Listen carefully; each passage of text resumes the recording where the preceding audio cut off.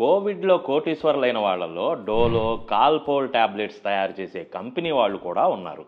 దాదాపు 350,00,00,000 డోలో 650 టాబ్లెట్లు అమ్మారని business standards వాళ్ళు రిపోర్ట్ చేశారు.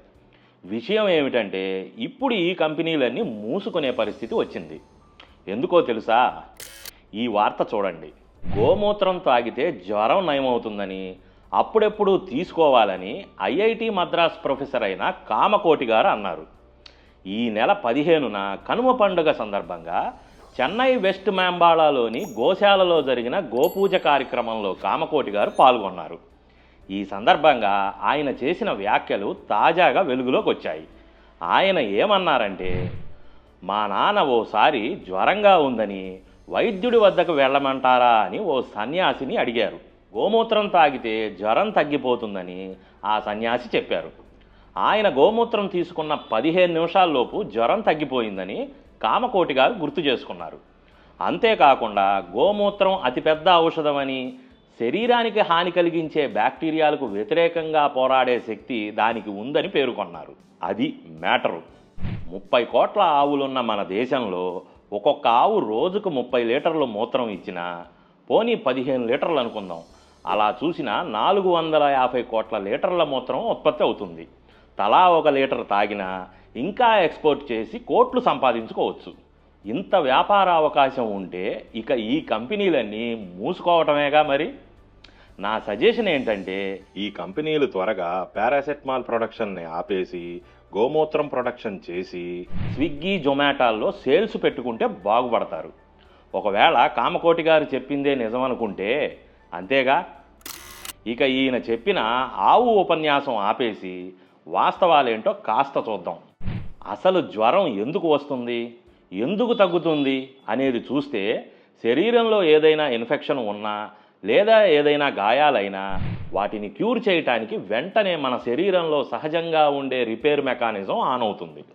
దాని పర్యవసానంగా శరీరం వేడెక్కుతుంది తప్ప జ్వరం అనేది ప్రత్యేకంగా ఒక జబ్బు కాదు. కానీ జ్వరం ఎక్కువ అవుతుంటే ప్రమాదం అని దాన్ని కంట్రోల్లో ఉంచడానికి డాక్టర్ ట్యాబ్లెట్స్ ఇస్తారు. ఒకవేళ ఏ ట్యాబ్లెట్స్ వేయకపోయినా చాలా సందర్భాల్లో శరీరంలో ఉన్న ప్రాబ్లం తగ్గగానే జ్వరం కూడా ఆటోమేటిక్గా తగ్గుతుంది. అందుకే డాక్టర్స్ కూడా వేరే ఎలాంటి ప్రాబ్లమ్స్ లేకుండా కేవలం జ్వరం మాత్రమే ఉంటే పెద్దగా పట్టించుకోరు. ఒక 4 రోజుల తర్వాత కూడా జ్వరం వస్తుంటేనే సీరియస్గా తీసుకుంటారు. అంటే జ్వరం ఆవు మూత్రం తాగకపోయినా తగ్గుతుందని మనకు అర్థమవుతుంది. సరే, ఇవన్నీ పక్కన పెట్టి అసలు ఈయన చెప్పిన గోమూత్రంలో ఏముందో చూద్దాం. చాలామంది ఇదే విషయాన్ని చాలాసార్లు ప్రస్తావిస్తూ ఉంటారు కదా. సరే, మీరు అనుకున్నదే కాసేపు నిజం అనుకుందాం. ఈ విషయం మీకు ఎలా తెలుసు అంటే, కొంతమంది అది మా ఆచారం, మా పుస్తకాల్లో ఉంది, అక్కడ ఉంది, ఇక్కడ ఉంది అంటూ ఉంటారు. అవన్నీ మీ నమ్మకాలు. శాస్త్రీయత ఏమైనా ఉందా అంటే కాస్త చదువుకున్న సగం సూటుగాళ్ళు ఇదిగోండి ఈ రిపోర్టు చూపిస్తారు. దీన్ని ఆధారంగా చేసుకునే చాలామంది గోమూత్రం చాలా మంచిదని చెప్తుంటారు. కానీ ఆ చెప్పేవాడు కూడా దీన్ని పూర్తిగా చదవడు. వాడికి కావాల్సినంత వరకే తీసుకొని మిగతాది వదిలేస్తాడు. పూర్తిగా చదివితే కదా అర్థమయ్యేది. ఈ లాస్ట్ లైను చూడండి. గోమూత్రం మన పర్యావరణము మరియు మానవ ఆరోగ్యంపై ప్రతికూల ప్రభావం చూపుతుంది కాబట్టి దాన్ని వాడకాన్ని పరిమితి చేయాలని క్లియర్గా ఉంది. అయినా మనోళ్ళు దాన్ని పట్టించుకోరు. ఎందుకంటే మన నమ్మకాలకి అది విరుద్ధంగా ఉంటుంది కాబట్టి. కాస్తైనా ఆలోచన ఉండాలి కదా. ఏ జంతువుకైనా లేదా ఏ ప్రాణికైనా నీరు కానీ ఆహారం కానీ తీసుకుంటే అది శరీరంలో ప్రాసెస్ చేసుకొని అందులోని అన్ని పోషకాలని తీసుకొని మిగిలిన వ్యర్థాలను విసర్జిస్తాయి. ఏ జీవులైనా శరీరానికి ఉపయోగపడని పదార్థాలని విసర్జిస్తాయి. ఆవు పేడ కానీ ఆవు మూత్రం కానీ మనిషికి ఆహారంగా లేదా ఇంకే మెడిసిన్ రూపంగా ఉపయోగపడదని క్లియర్గా స్టడీస్ చెప్తున్నాయి. ఉత్తరప్రదేశ్లోని బరేలీలో ఉన్న ఇండియన్ వెటర్నరీ రీసెర్చ్ ఇన్స్టిట్యూట్ వాళ్ళు 2023లో కూడా ఒక స్టడీ రిపోర్ట్ ప్రకటించారు. దాని ప్రకారం ఆవు మూత్రంలో హానికరమైన బ్యాక్టీరియా ఉంది కాబట్టి దాన్ని తాగద్దని క్లియర్గా చెప్తున్నారు. అంతేకాకుండా భారత ప్రభుత్వం ఆధీనంలో ఉన్న ఫుడ్ సేఫ్టీ FSSAI వాళ్ళు పర్మిషన్ లేకుండా అనేక మంది ఎలా పడితే అలా మూత్రం అమ్మేస్తున్నారు, అది చాలా డేంజర్ అని కూడా చెప్తున్నారు. మరి ఇంత చదువుకున్న ఈయనకి ఈ విషయం తెలీదా? తెలిసి మాట్లాడుతున్నాడా? గోమూత్రం గురించి పదే పదే అబద్ధపు కథనాలు అల్లటం ఇదేమీ కొత్త కాదు. ఇంతకుముందు చాలామంది అన్నదే.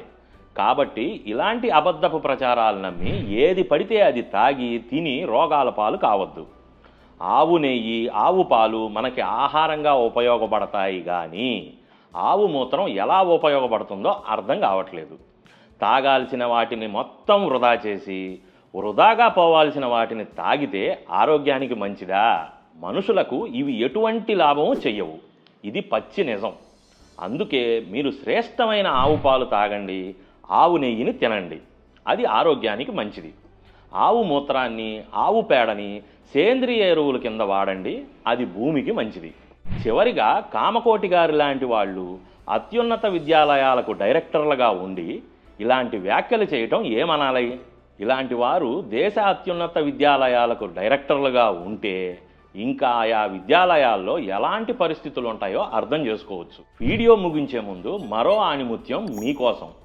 తెలంగాణ మాజీ గవర్నర్ తమిళసై కామకోటి గారి వ్యాఖ్యల్ని సమర్థిస్తూ గొడ్డు మాంసం తినటం తమ హక్కని కొందరు భావిస్తుంటారు, మరి గోమూత్రం మాత్రం ఎందుకు తాగకూడదని ప్రశ్నించారు.